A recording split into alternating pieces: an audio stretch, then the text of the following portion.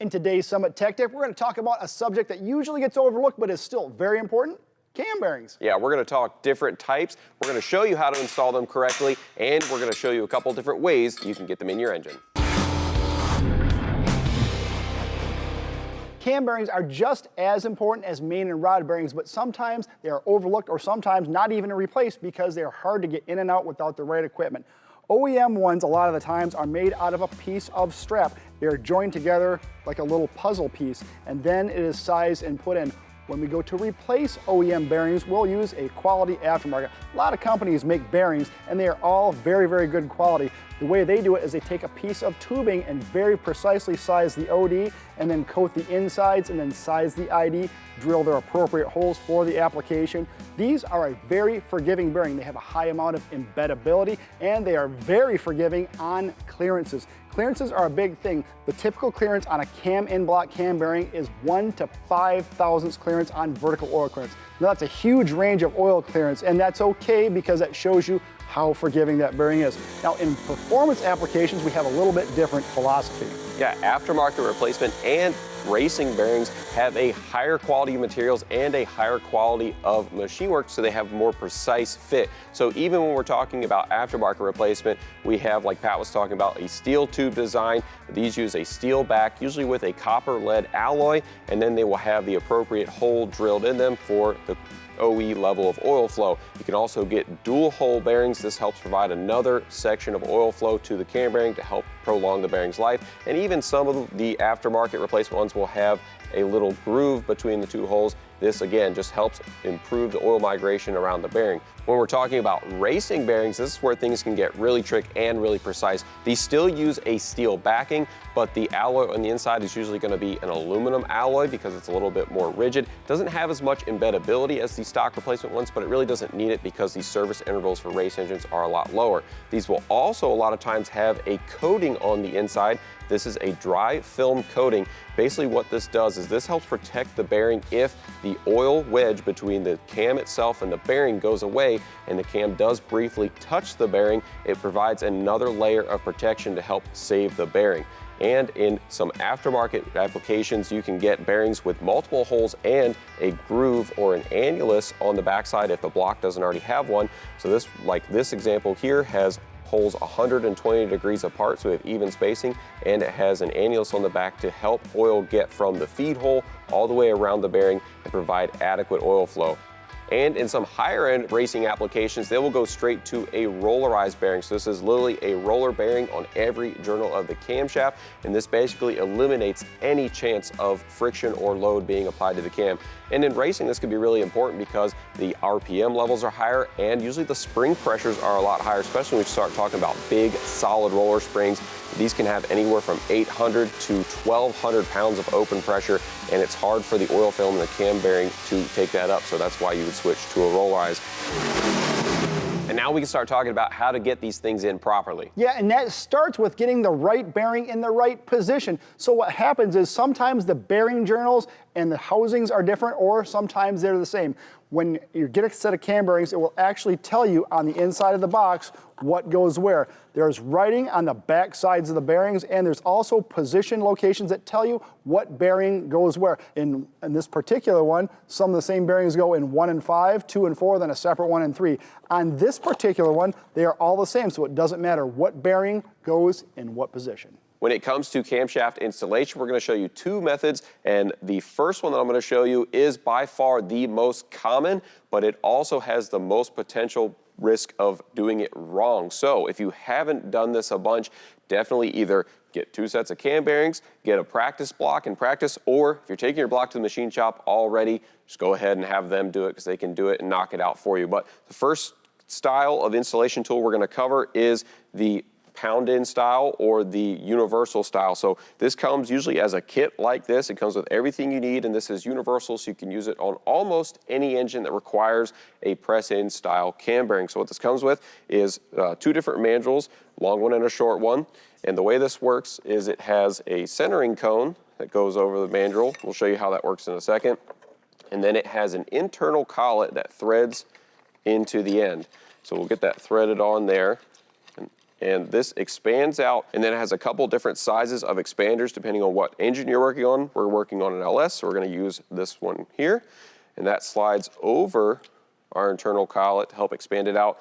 And basically the way this works is as you tighten this nut on the end, this opens up and grabs the cam bearing, and we're going to get it with a nice firm fit once we get it in the block. Now, before you start swinging hammers and getting crazy and all that kind of stuff, what we like to do is go ahead and make sure we have all of our cam bearings in the correct location in the block. That way, once you start putting them in, you can just keep moving. You're not questioning whether you have the right one or potentially mixing it up. And if you need to make sure that's the right one, say the markings are kind of hard to read, you can go ahead and just use some kind of precision measuring gauge to make sure that it has the right OD and ID. Those measurements are usually posted on the manufacturer's website for whatever engine you're working on.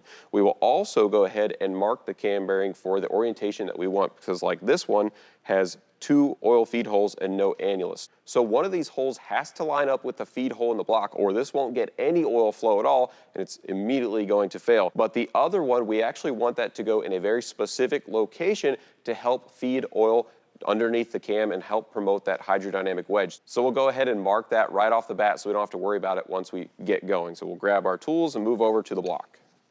Okay, so we're gonna be doing the number 2 on this LS engine. So the way we do this is we've already got our bearing marked and everything. So we're gonna insert the tool through the first journal, and then you're gonna slip your bearing in. You kind of have to turn it sideways and then straighten it up. So put it in, and then get it over the collet like that. Then we'll use a wrench. If you can't fit a wrench, you can actually use a punch to grab the nut. We'll get that kind of closer to being snug there.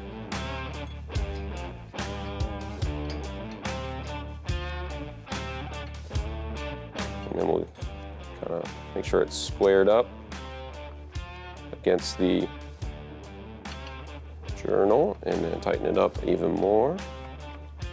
You basically want to get this as tight as you can by hand, because there's not another wrench to tighten it with. It's just going to be as tight as you can get it. Okay. We'll take that off. So then we'll rotate our bearing. We have this long, thick Sharpie mark that's going to go straight up. That will make sure that our oil holes are lined up exactly where they need to be.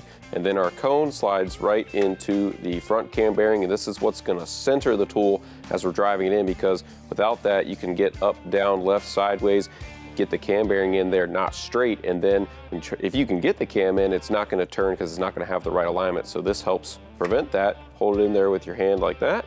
Got everything lined up. We'll put a little bit of penetrating oil on it, or oil or something like that, to help the bearing as it goes in, help it go a little bit smoother. Grab our hammer and then brace the stand with our foot, or you can put it up against a table or something like that, and then we're just going to wallop it in. And this is kind of one of those things you just kind of got to commit to it, and don't be easy on it. So got it mostly in. How do you know when to stop? In something like this, we're going to have to eyeball it as it goes through the tunnel, through the oil feed hole in the top of the block. But in like a small block Chevy or something like that, you can usually look down through the oil feed hole from the mains, and you can either line up the hole or line up the annulus in the back of the bearing, make sure it's centered in that feed hole.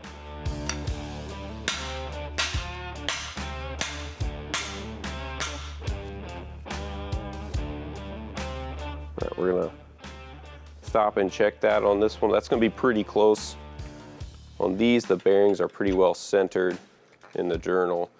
And you can check this. A good way to check to make sure that you're gonna have proper oil flow is you can take an air hose and you can blow it through the oil feed hole. And if you can feel pressurized air coming through the cam bearing holes, that means you're gonna have flow, and also helps push out any potential material out of there.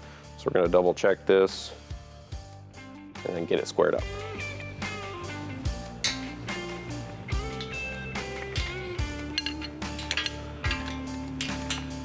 I'm gonna go a little bit more, so get this back in here like this.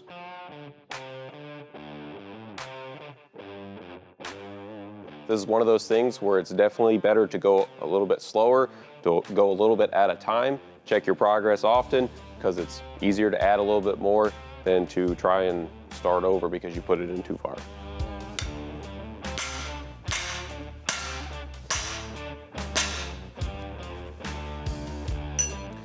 When we're done, we'll just loosen up the tool all the way and then gently slide it out.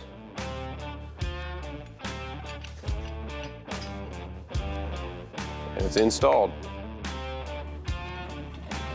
Now that we have that done, we pulled the bearing out and I got a brand new one. And I'm gonna show you the other way we like to put them in is we draw them in with our tool we made. We made these pucks out of some 6061 on the lathe and they precisely fit the ID of each bearing that we're using and also have the correct OD, so they actually will pass through the housing so we can pull a bearing into position and not get that wedged in the housing. So what we're gonna do is we have some threaded rod we got from the hardware store, some nuts, some bearings, and we are gonna position this and pull the bearing in. What this does, it actually is very gentle. It doesn't have any chance of deforming the bearing when you're doing it. It doesn't roll up edges. And if you have to really precisely locate the hole in a passage, it's easy to do with this. So I have some end caps that will actually align the rod in the block and the actual puck that will go in and pull the bearing in. So let me get set up here, put some bearing ins.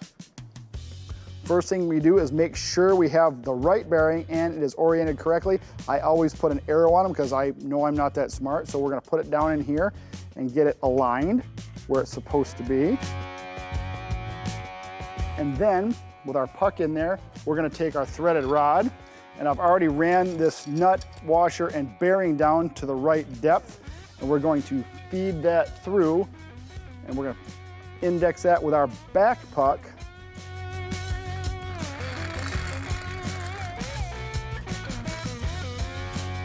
Which is going in the back of the block.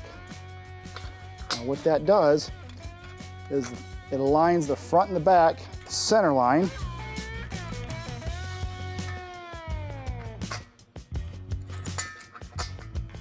And we'll give that a tighten.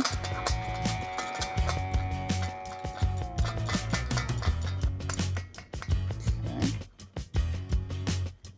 Now we'll make our final double check to make sure our bearing is where it's supposed to be.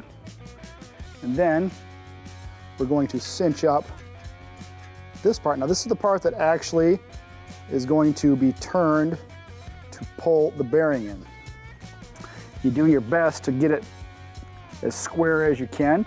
It will center up because it is all on the center line and indexed off the actual cam bores themselves. That's what's nice about this. It's hard to get it wrong when you do this, but anything can happen. Just be very, very careful. You can actually get in a hurry and get it crossways. So we're gonna take it, see this wrench is actually, we cut it out to make sure that it could go in. It can fit either way, depending on your block clearance. We have another one on the back here. Shoot a little lubrication in there. Now we're simply going to turn that nut and slowly draw that bearing in. It's going to be very, very little resistance because that bearing is nice and square in there. And we are just using mechanical leverage to pull it in. That bearing makes it nice, so it's not gouging up on itself. And this just isn't for this. You can make these pucks. Like I said earlier, we have these pucks that fit several different engines. Now you could brace one of them and just put a ratchet on the other side and just wing it in there. But again, it's nice to be able to feel that everything's going in there correctly, and you can immediately detect a problem because you'll meet with a whole bunch of resistance. And then at that point, if that happens, you just stop and reevaluate. But this is a way where we can very precisely position the bearing. Bicep workout. Now, like I said before, it's important to have the outside diameter of that puck small enough so it fits into the housing, but not too small where it goes inside the bearing when you're pulling it. All right. We're gonna check our position. We might need to do a little of adjusting, but that's okay if we have to. All right. That's looking good. That's what we'll do.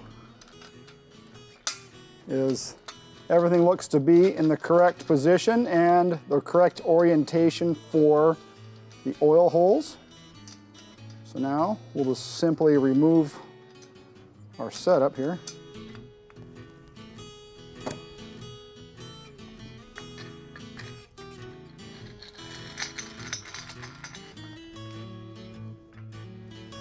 And she's installed. Final check to see if you did your job right is to stick the cam you're going to be using in the engine.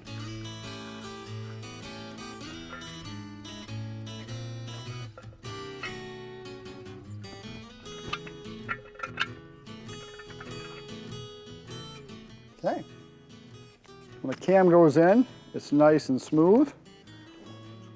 And you can just turn it with your hand like that. You know everything's in right. So you might ask, what happens if the cam doesn't turn smoothly? That's why we always recommend, if you're doing this yourself, you get 2 sets of cam bearings so you can diagnose the problem, get it fixed, and get it going. Yeah, and remember, you can always have a machine shop do this for you if you don't feel comfortable, but hopefully this has given you some insight on cam bearings and how to get them in properly. And if you have any questions, you can go ahead and drop them in the comments and we'll answer them the best we can. So remember to like, subscribe, and hit the notifications bell and keep an eye out for new tech tip videos like this one.